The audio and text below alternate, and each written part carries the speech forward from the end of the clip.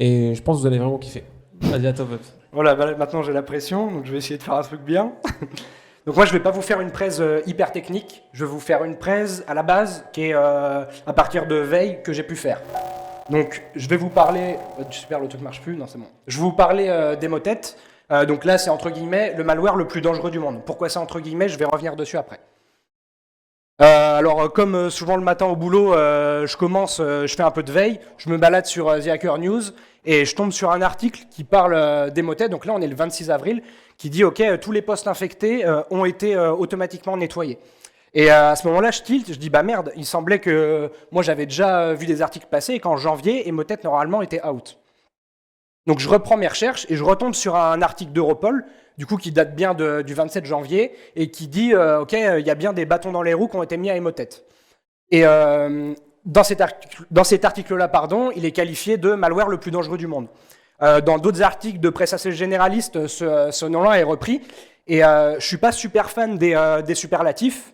Et, j'aime bien, enfin j'ai l'impression toujours c'est le coup de faire le buzz et j'aime bien savoir le fond. Pourquoi est-ce qu'on le qualifie de malware le plus dangereux du monde? Bah je veux le savoir quoi. Donc je me dis bon bah je repars du début, d'où ça vient, comment ça marche. Donc je repars de 2014. Alors dans un souci de simplicité, je considérais qu'à partir de 2014 on parle d'Emotet. En réalité, ce malware il est issu, c'est un fork d'un autre malware. Mais voilà, on va se mettre d'accord tout de suite comme ça, il n'y aura pas de souci. Il faut savoir qu'au départ, c'est un cheval de Troie bancaire qui déjà est polymorphe. Polymorphe, ça veut dire que sa signature, elle change à chaque fois qu'il sera exécuté, en gros. Ça fait qu'un antivirus standard, qui sera basé sur de la signature virale, il ne le verra pas passer. C'est un malware qui a été développé par la TA542. La TA542, c'est une organisation potentiellement d'origine russophone. Il y a très très peu d'informations dessus. Il y a TrendCorp qui les situe à UTC plus 10, ce qui pourrait correspondre à la région de Vladivostok en Russie. Mais voilà, à prendre avec des pincettes parce qu'en réalité, les infos, elles sont très très maigres. En 2014, leur cible, c'était que des clients bancaires, spécifiquement en Allemagne, Autriche et en Suisse. La chaîne d'infection, elle est assez simple. C'était du phishing, compromission de la machine avec un lien piégé, téléchargement du malware, récupération des codes d'accès en ligne, et derrière, ils faisaient des virements auto. Donc à la base, on est juste sur du pur trojan bancaire. À partir de 2015, le malware, il a évolué et il est... Enfin, c'est ce qu'on peut appeler un cheval de Troie modulaire. Et surtout, il vient au profit exclusif de la TA542. En fait, avant, ils revendaient leur code ou des bouts de code. À partir de ce moment-là, les gars, ils ont dû se dire, on commence à faire un truc pas mal, on va le garder que pour nous, et nous, on va rouler avec. Pourquoi il est modulaire? Parce qu'en fait, là, il commence à faire plusieurs choses. On n'est plus que sur du bancaire. Il y a aussi de la récupération de credentials. Il y a tout ce qui est récupération de mailing complète, pièces jointes, tous les échanges de mails. Et voilà. Et en plus de ça, ils ont ajouté une fonctionnalité de propagation où ils utilisaient les vulnérabilités des protocoles SMB pour se latéraliser. Et aussi, ils faisaient du reuse de passwords qu'ils avaient récupéré avant sur la machine. S'il y en a que ça intéresse vraiment, moi je ne vais pas m'attarder sur la version 2015 du malware, mais il y a un article de MISC qui en parle de A à Z. Donc là, c'est ce que je disais juste avant, et avec tous les modules additionnels, on comprend bien la modularité. Je ne connais pas le niveau de tous les gens dans la salle, du coup je vais essayer de vulgariser, notamment pour Xavier, on en a parlé. Là, on a un serveur de... En gros, quand votre poste est infecté, on peut considérer que vous êtes un esclave. En fait, c'est le principe de command and control. Vous avez un serveur maître, vous avez des machines infectées qui sont des machines esclaves. Les esclaves communiqueront pas entre eux. Par contre, ils prendront directement leurs consignes auprès du maître et le maître refera descendre des consignes aussi. Et donc, à partir de 2017, il y a un nouveau business model établi par Emotet. C'est-à-dire que la partie cheval de Troie bancaire, elle est complètement oubliée, elle apparaît même plus dans le code. Alors ça, c'est assez intéressant, et ils se mettent à revendre les accès pour des clients privilégiés. Clients privilégiés, vous doutez bien que c'est des cybercriminels de haut niveau aussi. Leur portefeuille de clients, c'est pas n'importe qui. Là, on a un schéma de l'ANSI qui est très très bien fait. On va pas rentrer dans le détail, mais vous voyez qu'Emotet forme une espèce de soleil au milieu et en fait permet de redistribuer énormément de trojans et de ransomware. On voit en haut à droite, là, il y a Evil Corp. Enfin, voilà, il y a d'autres grands groupes de cybercriminels qui bossent du coup directement avec eux. Ce qu'il faut bien comprendre, c'est que c'est vraiment une porte d'entrée. L'ANSI l'a qualifié de malware as a service. Donc en fait, c'est comme si c'est devenu des prestataires pour offrir des portes d'entrée à d'autres groupes de cybercriminels. Là, on a une super citation d'Europol qui vient de redire ce que je viens de dire en gros, que voilà, c'est une porte d'entrée pour des attaques plus globales. Ce qui fait la particularité des motets, c'est l'efficacité de leur campagne de phishing et la puissance de leur campagne de mailing.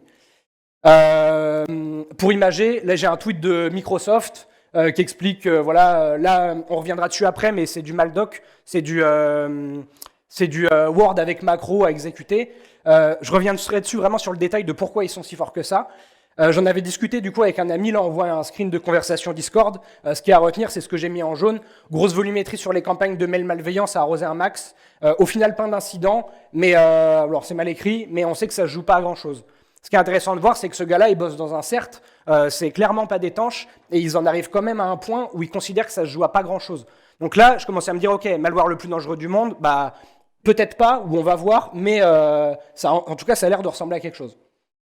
Et du coup, je me dis, bah moi, je veux savoir plus en profondeur comment ça fonctionne, pourquoi ça marche si bien, pourquoi des CERT qui sont quand même, qui ont le niveau en face et qui ont les mecs qui savent bosser, ils sont à la limite de se faire avoir.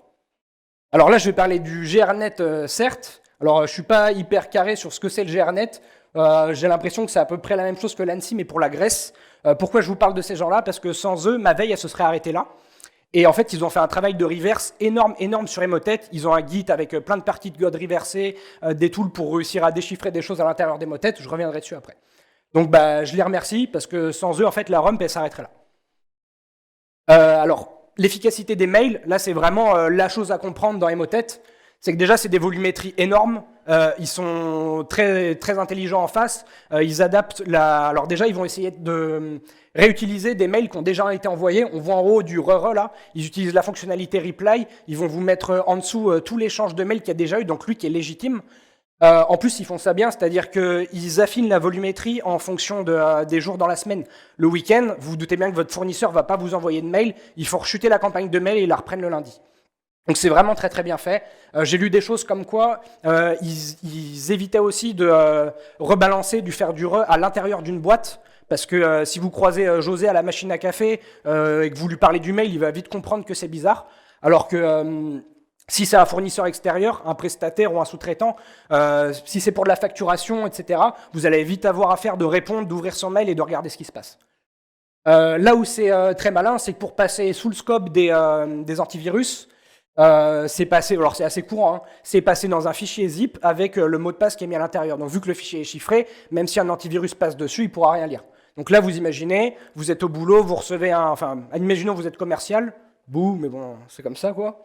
Et, et vous recevez un mail d'un fournisseur qui vous dit, ok, telle facturation, tu peux m'ouvrir cette facture, allez zipper, tac, je te passe le mot de passe, vous allez l'ouvrir. Derrière, vous l'ouvrez, donc en fait, c'est ce qui correspond au dropper pour les fans de malware.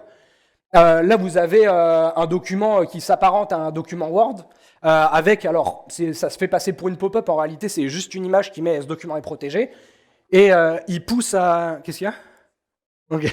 Et il pousse à activer les macros. Enable Editing ou Enable Content. Donc, imaginons, vous êtes le bon commercial de base et vous cliquez sur Enable Content parce que vous voulez savoir combien vous devez à ce prestataire. Derrière, il y a un script VBS qui est lancé. Alors là, ça va devenir un petit peu technique, donc je vais essayer de vulgariser à fond. Là, vous avez donc le script macro qui est lancé derrière. Vous avez l'ouverture du document, vous avez un rappel à tout ce qui est en dessous. On voit bien que c'est offusqué, il y a plus de 400 lignes. Là, il y a une chose intéressante, c'est la seule fois où il y a eu une erreur commise par les développeurs d'Emotet. C'est qu'ils ont obfusqué à fond leur code, mais ils ont utilisé un outil, et en fait, le saut de ligne, je vais essayer de montrer, là vous avez les lignes avec des indentations, et ces lignes avec des indentations, en fait, c'est les lignes significatives. Tout ce qu'il y a autour, c'est que du bruit et ça sert à rien. Donc dans le travail de désobfuscation que le GRNet a dû faire, ça leur a énormément facilité la tâche. Et ils ont bien insisté sur le fait que, en gros, c'est la seule erreur qu'ils ont pu voir. Donc une fois désobfusqué, réécrit correctement, qu'est-ce que ça fait? Donc la ligne 4, 5, 6, elles sont assez intéressantes. En gros, ça vient retaper dans des choses qui sont écrites dans le document Word de base. Et derrière, ça fait là en fait, il y a encore de l'obfuscation pour le command line égale replace. Et derrière, ça lance un nouveau process sur la machine et ça le lance en Windows 0. Ça veut dire que vous n'aurez pas de console qui va s'ouvrir. Et donc, quand on revient sur le document Word, en fait, en blanc et en 2px, il y a toute cette partie-là qui était écrite en dessous. Et en fait, il y a une partie du payload qui est écrite ici. Donc, c'est facile de la désobfusquer vu qu'on connaît le script et qu'on a vu le replace. Donc là, il passe sur du base64 qui rebalance derrière en script PowerShell. Alors, ce script, qu'est-ce qu'il fait? Là, il va aller chercher une autre partie. Là, il va aller chercher le payload sur des sites qui ont été pwnés au préalable. Là, vous pouvez voir, il y a une liste d'URL, il y a un for each qui tape dessus, et en gros, ils vont essayer sur des sites qu'ils ont. Alors, il y a beaucoup de WordPress. Apparemment, c'est assez courant chez Emotet. Et ils essaient d'aller récupérer sur des sites pseudo-légitimes la charge, quoi. Et il y a le file pass en haut, mais il est généré aléatoirement, donc vous ne pouvez pas vous dire est-ce que ma machine est infectée par Emotet, et vous regardez si le pass il existe, ça ne marche pas. Donc là, ils ont récupéré le fichier, en fait, ils les ont tous récupérés, ils ont tapé toutes les URL, c'est important pour la suite. Ils ont récupéré un exécutable, donc un PE, qui est pour une architecture Windows en x86. Et là, ils ont fait une étude comparative. Ils ont pris donc, comme je disais au départ, Emotet est polymorphe. Donc, en fait, ils se retrouvent avec des fichiers qui sont différents pour chaque chose qu'ils ont pris sur les différentes URL qu'on a vues. Ils font en gros une strings dessus et ils remarquent qu'il y a une chaîne de caractères qui pourrait ressembler à une clé de chiffrement qui est toujours générée aléatoirement et qui a l'air d'avoir un pattern qui se retrouve de l'un à l'autre. J'ai mis qu'un seul exemple, mais en réalité, du coup, il y en a 4 ou 5 comme ça. Donc derrière, qu'est-ce qu'ils font? Ils vont voir le code qui a été reversé, ils ont utilisé Ghidra, et ils regardent où cette clé a été utilisée. Et ils se disent, si à chaque fois c'est la même fonction qui a été appelée, c'est intéressant pour nous, parce que toujours pareil, c'est obfusqué, il y a plein de fonctions qui servent à rien, et ça peut vite devenir incompréhensible. Et en fait, à partir de là, du coup, ils ont récupéré la fonction qu'il y avait avant, ils font leur reverse dessus, et là, du coup, qu'est-ce qui se passe? Il y a une allocation de mémoire virtuelle qui est faite. Les droits 0x40, c'est read-write execute. Pour ceux qui sont un peu fans de forensic notamment, quand vous avez des fichiers en read-write execute, ça sent pas très très bon, quoi. En général, c'est pas normal. Vous avez une fonction de dérivation de clé et une fonction de déchiffrement. Donc, à partir de ce qu'ils ont récupéré avant dans les fonctions, ils ont trouvé l'offset à laquelle était stockée la charge utile dans le fichier qu'ils ont récupéré. Et il se trouve que c'est caché dans les ressources info. Les ressources info, typiquement, c'est là où vous mettez les icônes ou les choses comme ça. En fait, juste en dessous, là, en bleu, vous avez le début du payload, mais qui est chiffré. Sauf que, coup de bol, ils ont la clé principale, ils ont la fonction de déchiffrement, ils ont le fichier chiffré. Du coup, ils n'ont pas de mal à déchiffrer l'affaire. Il y a du bruit au début du fichier, mais il y a le magic number MZ qui correspond à un MS-DOS, donc encore une fois, un PE, un exécutable. Donc là, en gros, ils ont la charge utile. J'irai pas plus loin, s'il y en a que ça intéresse, au niveau du GRNet, ils poussent vraiment beaucoup plus loin, avec tout le système d'offuscation qui est fait derrière, et comment même ils vont jusqu'à échanger avec le command and control. Au niveau de l'offuscation, il y a la presse de Sean, qui sera en gros à peu près sur ce sujet-là, avec les histoires de, je veux pas dire de bêtises, de flowchart, de control flow. Avec les histoires de control flow et de rappel, derrière, ce truc-là, c'est monstrueux en termes de control flow. Donc là, on va faire une synthèse rapide. Vous recevez une courriel, ok. À l'intérieur, vous avez un fichier zip. Vous le dézippez avec le password qui a été mis. Vous activez les macros parce que vous êtes un commercial et vous voulez voir combien ça coûte. Ça va vous faire de télécharger sur des sites pseudo-légitimes le payload. Le payload, une fois sur votre machine, c'est un payload imbriqué. Donc, il y a l'histoire de déchiffrement où on vient récupérer une autre partie du payload. Il est exécuté. Vous rentrez en communication avec le command and control. Et à partir de ce moment-là, vous êtes une machine esclave. Et derrière, le command and control, il fait redescendre ce qu'il veut sur votre machine. Donc voilà, soit du ransomware, soit du voleur d'informations, ce qu'il veut. Mais l'histoire pourrait être un petit peu plus triste et que les mecs continuent encore à sévir et que personne ne puisse rien faire. Mais je pense qu'ils ont énervé suffisamment de monde, en fait. Il y a eu suffisamment de pertes au niveau financier pour qu'il y ait, au niveau d'Europol, une coalition qui se monte pour lutter contre Emotet. Donc voilà, composé Pays-Bas, Allemagne, France, Lituanie, Canada, USA, Angleterre et Ukraine, pour lutter contre contre Emotet. Ça leur a pris plus de 2 ans à cartographier la totalité du réseau. Faut savoir qu'il y avait environ 700 serveurs de command and control derrière. Ce qui est intéressant, c'est que l'Ukraine, elle a participé donc à l'opération, mais elle a aussi participé pour casser des portes. Parce qu'en gros, ils ont trouvé donc ça, c'est pas la vraie opération. Hein.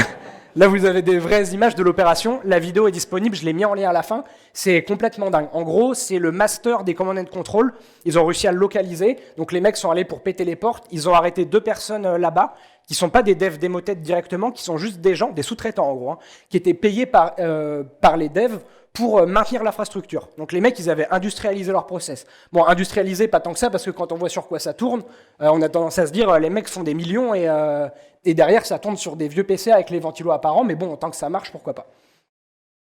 Là-bas, ils ont trouvé énormément d'argent et de lingots, je sais pas pourquoi les mecs stockaient ça là-bas, aucune idée. Et je sais plus, oui, je vous ai dit, les mecs qui ont été arrêtés, ils risquent 12 ans de prison, je sais plus si je vous l'ai dit.